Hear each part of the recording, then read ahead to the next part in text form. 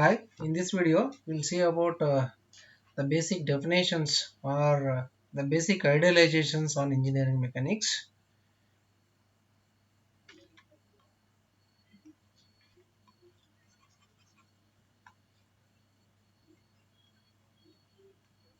Basic definitions or basic idealizations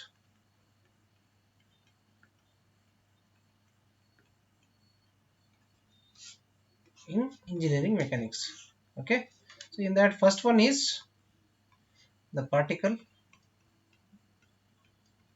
Particle. What is particle? So we all know that particle means it is a body with very negligible dimensions. Correct?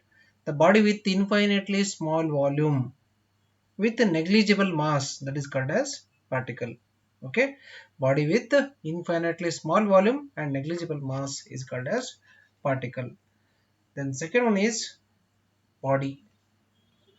Okay, body means it is nothing but assemblage of a number of particles. Okay, assemblage of a number of particles is called as body, or assemblage of a number of particles will constitute a body. Then third one is rigid body. Rigid body. Okay, so to understand this rigid body, let me take an example. I'll consider a body. Okay, so in that body I'll consider two particles, particle A and particle B, which are separated by a distance d, which are separated by a distance d. Now for this rigid body or for this body, what I will do is I'll apply a force. I'll apply a force of magnitude F. I'll apply a force of magnitude F. Assume that after applying this force on the rigid body, that rigid body has changed its position. Rigid body has changed its position like this. Okay, so this is what the new position of the rigid body. Now, at this condition, if you measure the distance between the particles, if the distance between the particles remains the same, means then it is called as rigid body, which means that the body with its particles remaining at a fixed distance even after applying external force is termed as rigid body. The body with its particles remaining at a fixed distance even after applying the external force is called as rigid body. Okay, after applying the external force as well, there is no change in distance between the particles A and B. Okay, such a body is called as rigid body. Okay, similarly, the next one is deformable body. Deformable body. So the name itself indicates its definition. Deformable body means there will be change in distance between two particles when the body is subjected to an external force. For the same rigid body, by considering the same particles A and B, and assuming d as distance between the particles, and if I apply a force of magnitude F, if there is change in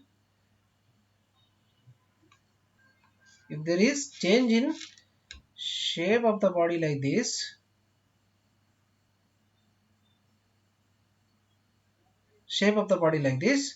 there will be change in distance between the particles. Correct?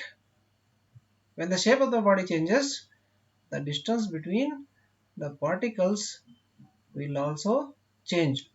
The distance will be other than distance d. Let me take that distance as d1. Okay. So the deformable body means the body which undergoes deformation after the application of external forces. Okay.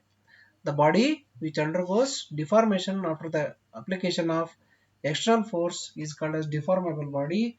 In other words, if there is change in distance between any two particles of the body after application of the external force, then it is called as deformable body. Okay. Next one is,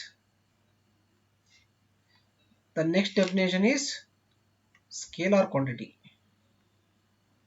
Scalar quantity.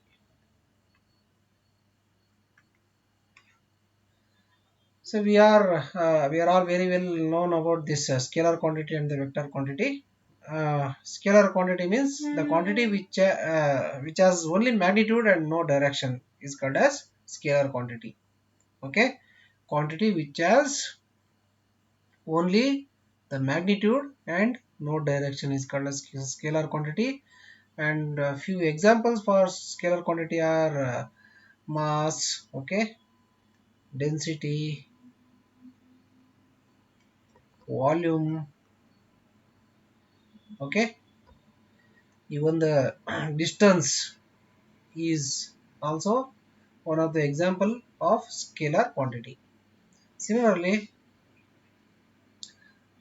the vector quantity, okay, the vector quantity, vector quantity.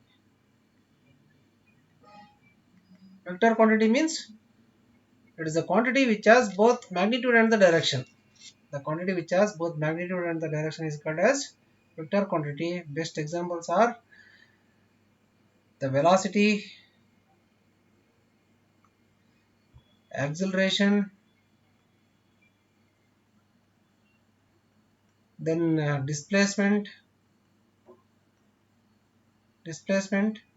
and the force, and like this, a few more vector quantities are there, etc. Okay, so that is the meaning of vector quantity. The last definition is continuum. Continuum.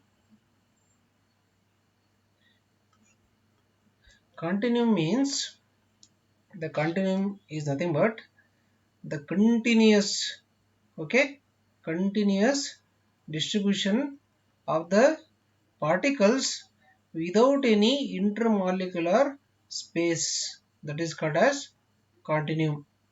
Okay, I repeat once again, continuous distribution of the particles in a body without any intermolecular space is called as continuum. Okay, so these are all the basic definitions are related to the engineering mechanics, or basic idealizations on engineering mechanics. Thank you.